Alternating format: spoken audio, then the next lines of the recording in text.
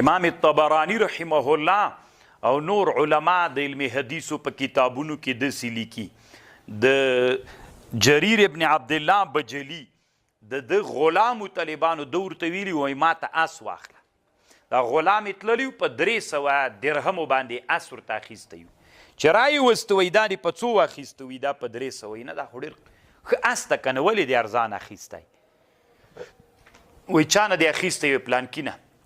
پلانکي ته ورغی طالبانو کله چې ورغی هغه ته یې ویلې وایي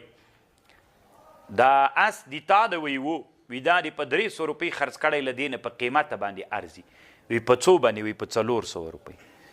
وی صحیح ده زه خو 400 روپۍ راکړه سلې نورې ورکړې بیا یې ورته ویلې ونه اس ته ویل تر دې نه هم ډېر ارزیږي سړي ته ویلې بایه ته وی په څو ارزي وی په 500 وایي هغه خو ویلې نو چې راکړه 500 بیا یې ورته ویلې وی نه اس ته له دې نه هم قوي ښه اس ته په دې نه هم قیمت ارزي وی په څو باندې په 600 اخر 200 طالبانو 800 روپۍ باندې اس تر واخیست او جریر ابن عبدالله بجلی ورته ویلې د بایع ته یې ویلې وی ځکه مې دا کار وکړه اس د ډېر قیمته په 800 روپۍ د اس ارزي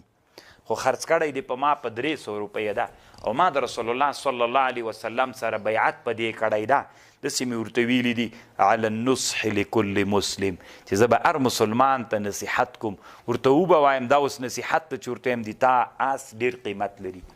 300 نه ده د 800 روپۍ ده 800 روپۍ واخله اس دې راکړه طالبانو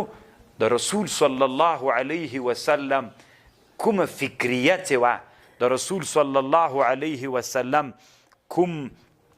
فکر چې و نو هغه که طالبانو موږ نن علما په خپل ځان کې راولو بیا په ټولنه کې عملي کړو ډېر اصلاح به راسي